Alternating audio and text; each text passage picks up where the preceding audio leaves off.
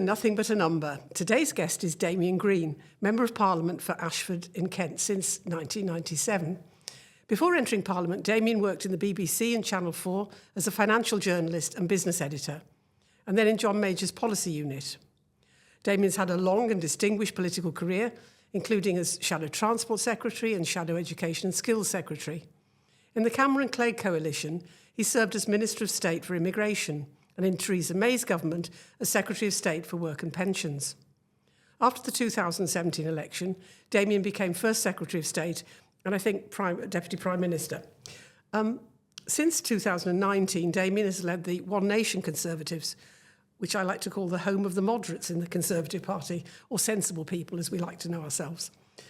I've asked Damien, if he got any quirky hobbies or anything that I can tell you outside of politics. And he said that actually all his activities outside politics are drearily mainstream. So I'm looking forward to finding that's not necessarily entirely true. Welcome, Damien. Thank you. And I apologise for my hobbies being a bit mainstream, but it's true. I spend a lot of my time supporting Reading Football Club, which is a deeply miserable experience since they have an owner who's trying to run them into the ground. And I like all types of sport. And I sort of enjoy food and drink and things like that. But I'm afraid I'm not the sort of expert beekeeper or ballroom dancer or any of the things you discover that politicians quietly do in their spare time. So as one of the longest-serving Conservative MPs in this Parliament, do you feel a particular responsibility to share your experience and knowledge more widely? Absolutely. I mean, I think this Parliament, of all, because there was such a big turnover in 2019, with lots of people like you coming in for the first time, then and then within 3 weeks of that new generation of parliamentarians arriving, all having to go off because we were all locked down, that this has been a very unusual Parliament, and therefore I think MPs haven't been able to develop the sense of team spirit, of esprit de corps, that is part of the enjoyment of being an MP. So trying to promote that, I think, is quite important for those of us who've known Parliament in more normal times.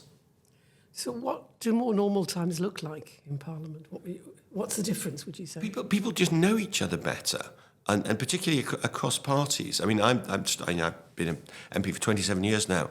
When I came in, people were bemoaning the fact that in previous generations, you had really genuine personal friendships across parties, and people would go and have dinner with each other in the members' dining room across party.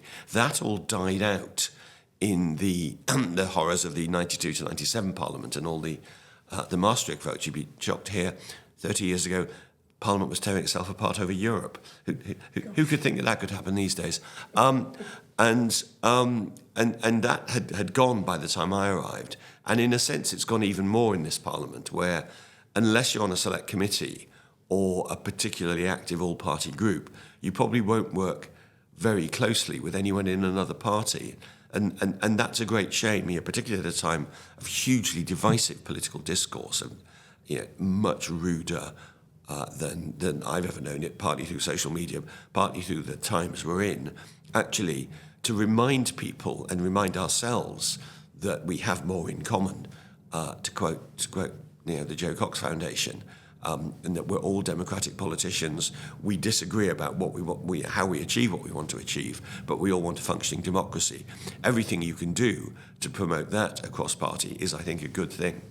I mean, that's very true, and certainly my first experience of an APPG, actually, was that it was sort of weaponised, so it was around food security and the National Food Strategy.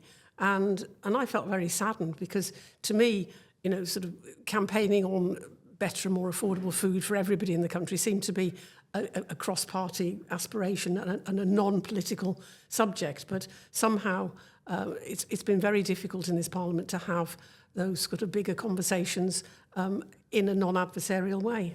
Yeah, that's right. And it's true that there are some issues that you can make any issue a political football, but you only solve some issues if particularly long-term changes to the way we behave, if you've got buy-in from all the major parties.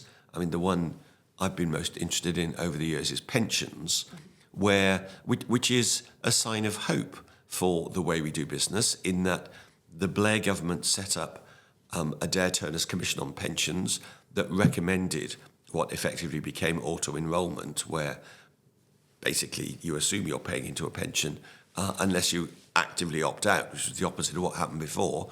That was talked about by the Blair and Brown governments, was implemented by the coalition government, was carried on by the Conservative government after 2015, and as a result now, getting on for 20 years after the original Turner Commission, we are actually, as a nation, particularly young people, saving more towards our pensions than ever before. We're still not saving enough, but we're saving a lot more. And that will mean that in 30, 40 years' time, today's 20 and 30-somethings will have a significantly more comfortable life than they would have done if we carried on the way we were before. So the system can work. It can work long-term as well, to treat these long-term issues, of which food, health, obesity, all that nexus of issues, that shouldn't be a party political issue. And unless we to some extent take it out of party politics, we'll never solve it. That's true. I mean, do you think, as a young person, did you think about the need to have a pension in later life? I know I didn't. I didn't think about it, but in a weird way, it didn't matter because it was done to me, or as I would now describe it, for me. Because my first job after university was with the BBC, which was the kind of big institution that automatically put you on their pension scheme. So literally from the age of 22, I was saving for a pension, and have done ever since. I did periods as a journalist outside the big structures, but made a point of committing to private pensions then. But I was a financial journalist, so if I'd been financially irresponsible in those days, that would have been a bit much, because at least I knew what I was getting into. So I've always saved, but it's more difficult now than it was then, and that's why auto-enrolment is such a good thing. Also, of course, our pension schemes were built up on the basis that you went to work for a company, and you probably worked for them for the entirety of your adult life, and then retired with a gold clock and sort of maundered around for a few years and then died. Yeah. All of those things are happily not true anymore. People move around a lot more. People have varying retirement dates, and also, and you know, one of the things that I think is most interesting, we haven't remotely got to grips with yet as a society, is the fact that on average we'll all live for between 20 and 30 years longer than the traditional retirement age. And economically that doesn't add up, and also psychologically that's a mind shift that we need to make, that we haven't yet made, particularly in public policy. No, absolutely. I mean, it's interesting you say historically people often worked for the same firm all their lives. I remember my father worked for ICI, Imperial Chemical Industries, very proudly all his life. And in later life, when he went into residential care, his entire pension paid for, he had sort of £50 left to buy tobacco because he was a pipe smoker. And I felt it very sad that actually, that those people who had a pension, all their pension went, whereas, if you hadn't saved, if you hadn't been prudent and frugal, probably the state would have paid that for him. Social care is, I know it's something that you've done a huge amount of work on, and it's very important to you. That shouldn't be a party political football, should it? And yet, somehow, in recent years, certainly, we've been afraid to tackle it, and it does seem that all political parties have left it sort of in the long grass. Well, except that when they don't, they get in electoral trouble. That the Labour Party was attacked by our party for the death tax in 2010 when they proposed a long-term funding solution for social care, and similarly, Theresa May's manifesto in 2017 was attacked for containing a dementia tax, which was another way of trying to solve the issue, and therefore I suspect nobody will have anything other than warm words about social care in their manifestos this year, because both major parties have been severely bitten by trying to introduce interesting new concepts at the time of an election. I think everyone's learned, let's have a long run-up to it, which is what I've been trying to do since I left government. I mean, I wrote a paper in 2018 for the Centre for Policy Studies suggesting new ways of funding it, because in a sense we all know what the problems are. It's underfunded, but more also it's understaffed. We don't use technology enough. There's a number of detailed, really big problems that need to be addressed, and we sort of all know what they are. But underlying that is the problem: how do we pay for it? And you can either pay for it by, as you say, those who've got pensions, so all of that money goes, or you can pay for it out of taxation, which in a sense would be even more unfair, because it would mean that the working age population now would be paying out of their tax money for their parents' generation social care, and they'd also be paying for their own social care when it comes to it. So that seems to me both unfair and indeed unsustainable. And the way I would cut through this knot is by trying to set up, on the pensions analogy, a model for long-term saving, so that you did save all the way through your working life. For an insurance policy, you take out just in case you needed very expensive social care. And only a quarter of people ever end up in residential social care.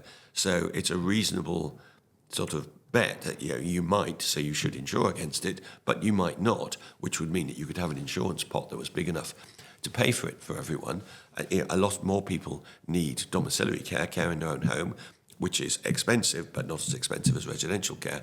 And some people don't need any care at all. They just die without ever having needed social care, and good luck to them. So you can have an insurance policy, I think. And as I say, working age people could pay for it through their working life. And as it happens, particularly the current generation of boomers, 70% of them who own their own homes have benefited from 20, 30 years of rising house prices, have a lot of equity in those homes. There's about, I think it's 1.2 trillion pounds of free equity in housing owned by people over the age of 65 who've paid off their mortgages. A colossal sum of money. A sliver of that put into the social care budget would mean that we could fund social care properly. And Whitehall has always told me, it's too complicated, it's too difficult. It does slightly suffer from not invented here syndrome. But if we don't do that, then at some stage, some political party is going to have to confront people with either you're going to have to, most of your savings are going to go if you need residential social care, and you're not going to have anything to leave to your kids, or we're all going to have to pay a lot more tax. And I don't think either of those messages are particularly palatable. So I would much prefer us to move towards an insurance system.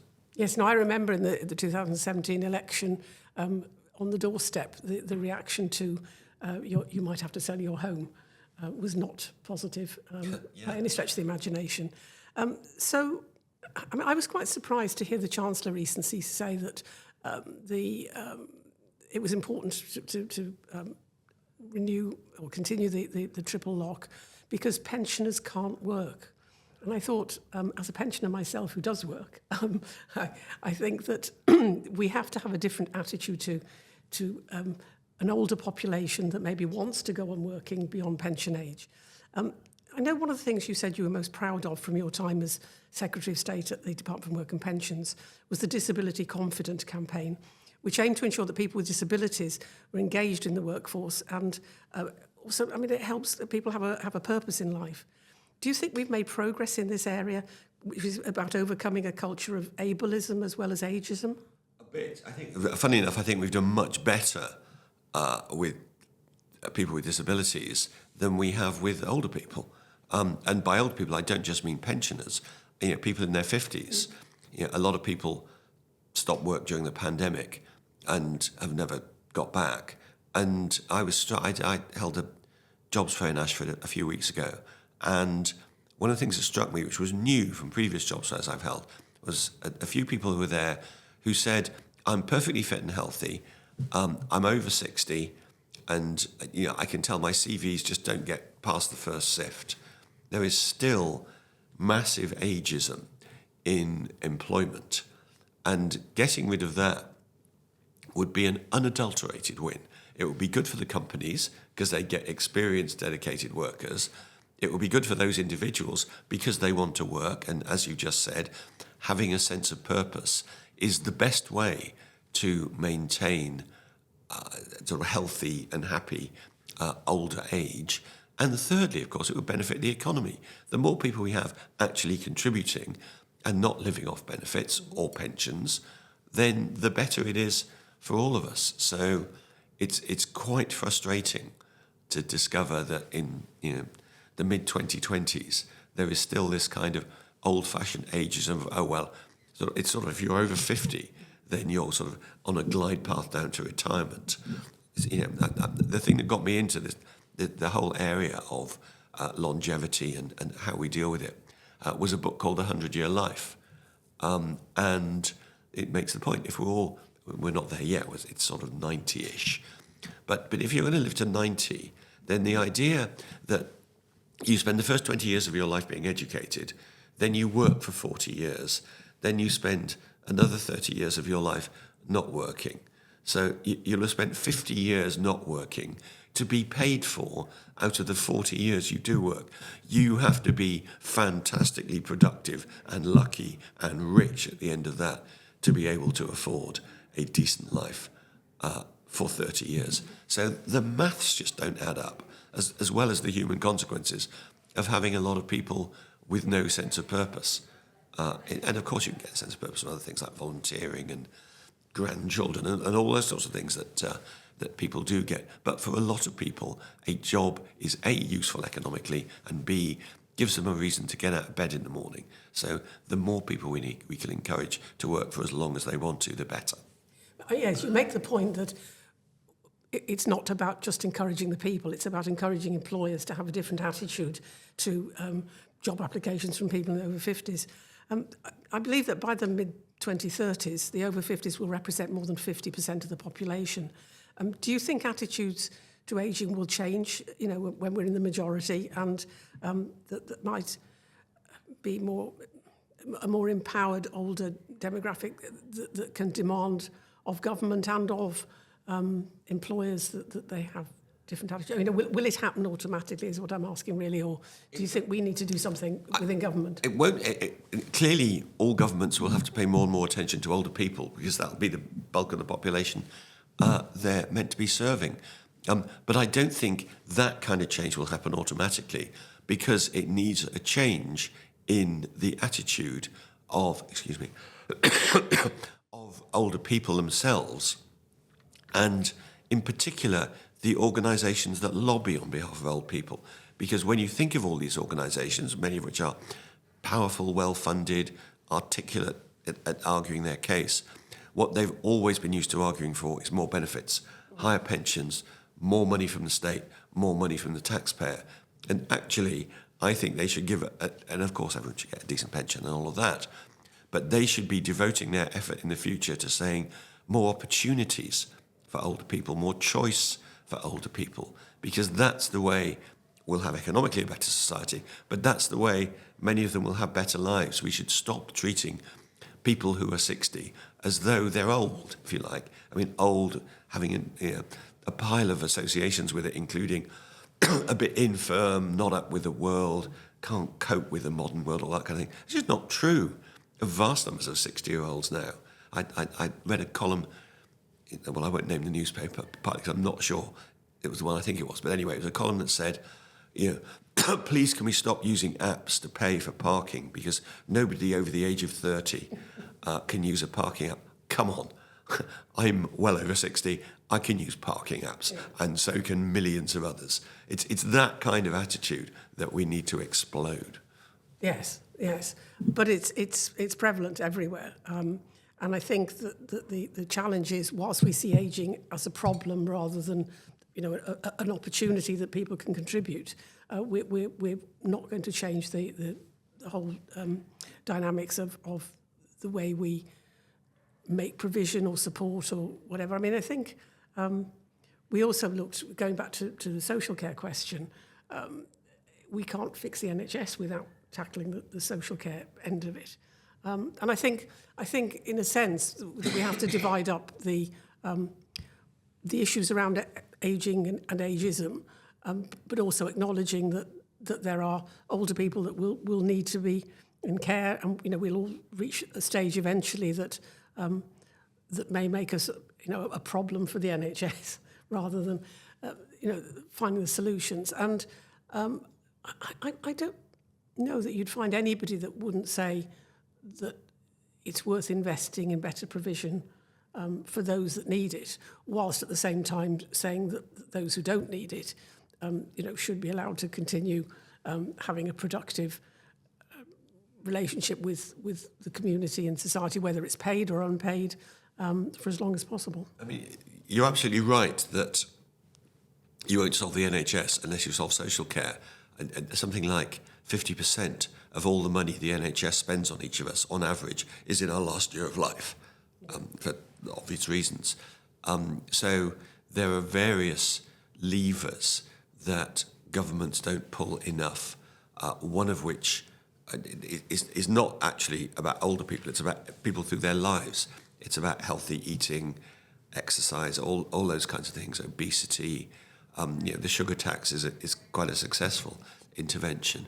And I'm afraid that conservatives that rail against the nanny state, I'm afraid, have to concede that there are times when we have to nudge people to act in their own interests as much as anything.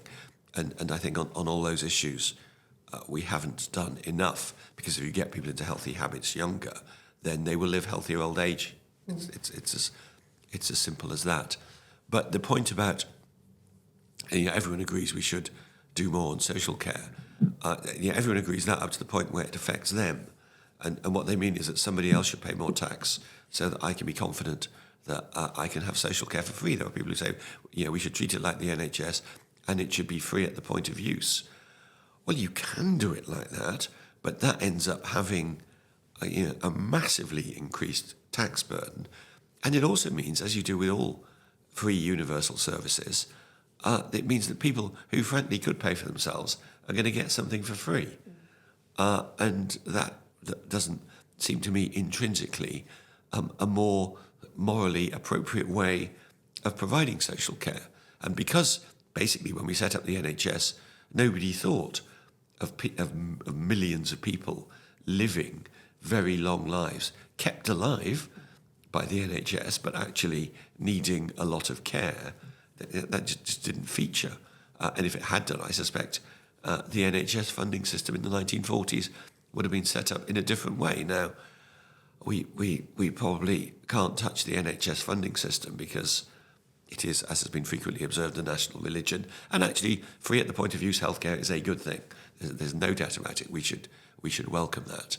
But nevertheless, free at the point of use, everything you want is not a sensible thing. It doesn't work. And so social care, if you want to fund it properly, is going to have to be funded some other way than the way we do it at the moment. You're listening to Nothing But a Number, the podcast that looks at age and ageing with a wide array of fabulous guests. We've got some brilliant guests coming in the next few weeks, and if you want to be notified when the next upload is, please subscribe and click the notification bell, and we'll tell you exactly what's coming next. I think a lot of councils will say it's unsustainable in the way that it is, and I read somewhere that that councils were reluctant to give planning permission to communities for older people because that would then mean that their social care budgets would be extended. I mean, in terms of housing, do you believe that we should build more sort of retirement villages and bespoke housing for older people so that it frees up the big family home for younger generations, or are we isolating older people? So we're doing that whole thing of you're an older person, so you have to go in an older person's community, which is separate from the mainstream and life as is happening to younger people. I sit on the Older People's Housing Task Force, which is going to come up with a report in the early summer for ministers addressing precisely that problem. And the short answer to your question is yes, we should be building a lot more housing suitable for older people. And we do about 1/10 as much as they do in Australia or New Zealand or the USA.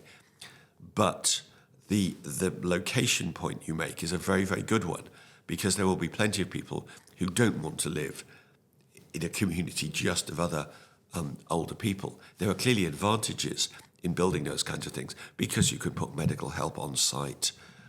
Everything will be designed for people who might be a bit more frail. So that's part of the answer. But and indeed, as you say, that enables people to move out of the big old family home that they're under occupying, that can then be released, thus releasing other houses down the system, so that younger people can find it easier to get on the housing ladder. But also, we do need to do more in terms of adaptations, so that people can live in, if you like, mainstream housing, but live there for longer. And it may be relatively simple things like having plugs at halfway up the wall rather than always at the bottom of the wall in the corner, slightly wider doors, differently designed kitchens so that everything is easy to reach. It's expensive to adapt a traditional house into that, but at least if you build your new houses so that they're all-age houses, then you will make a difference. We don't have enough of any of this type of housing in this country.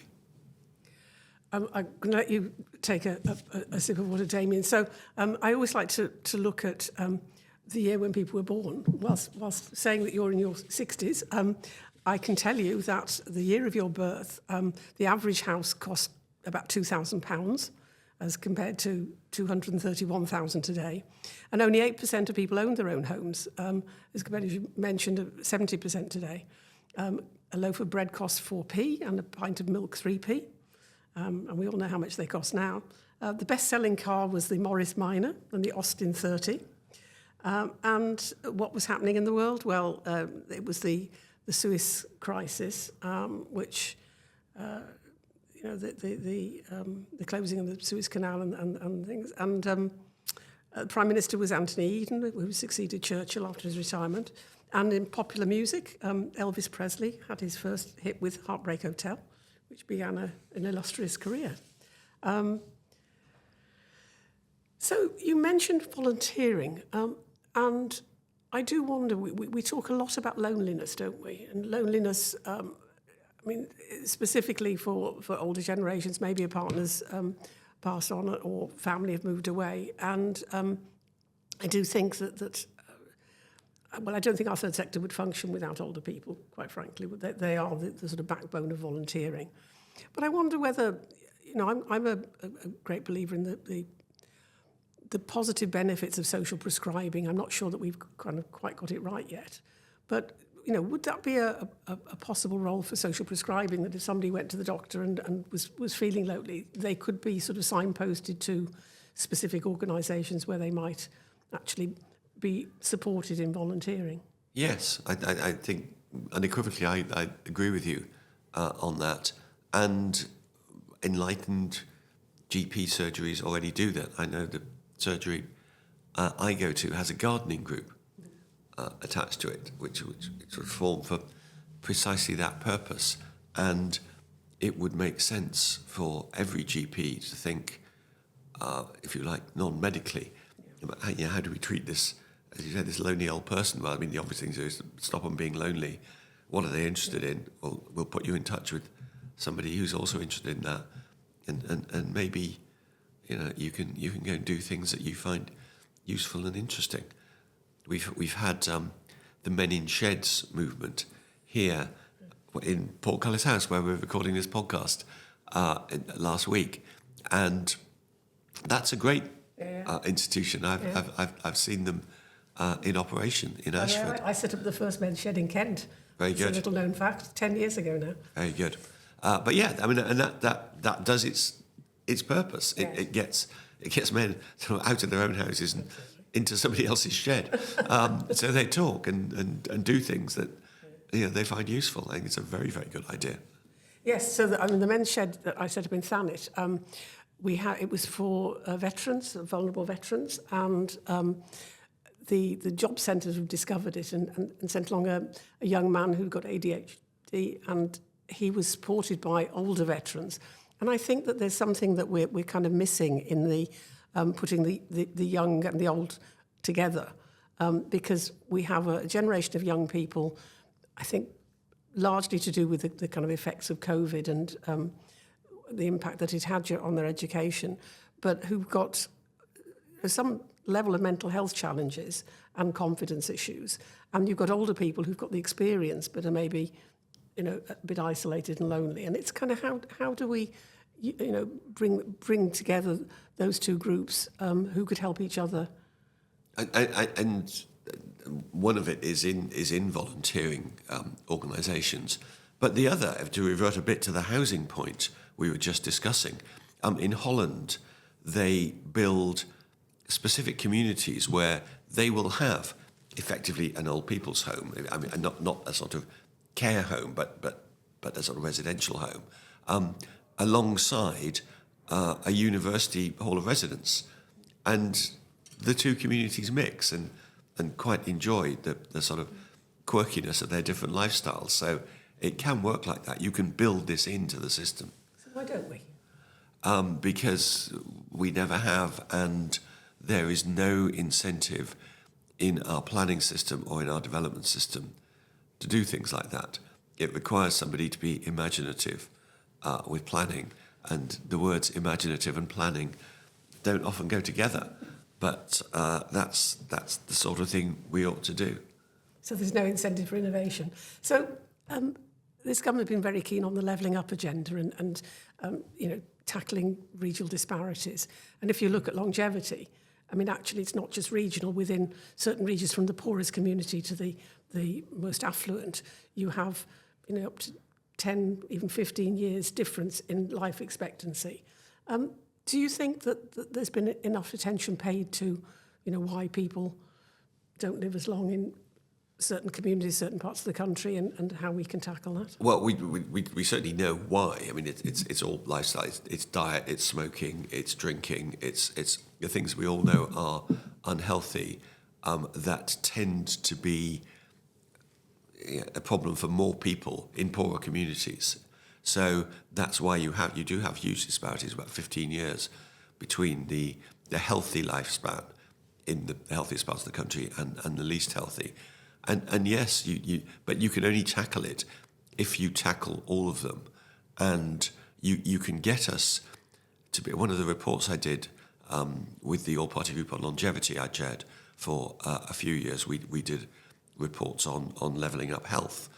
And you could make us a better than average country in terms of health in old age if all you did was remove the worst areas, if you treated the worst areas properly, and some of it's housing, but a lot of it is education, in diet, and all the other unhealthy things we do.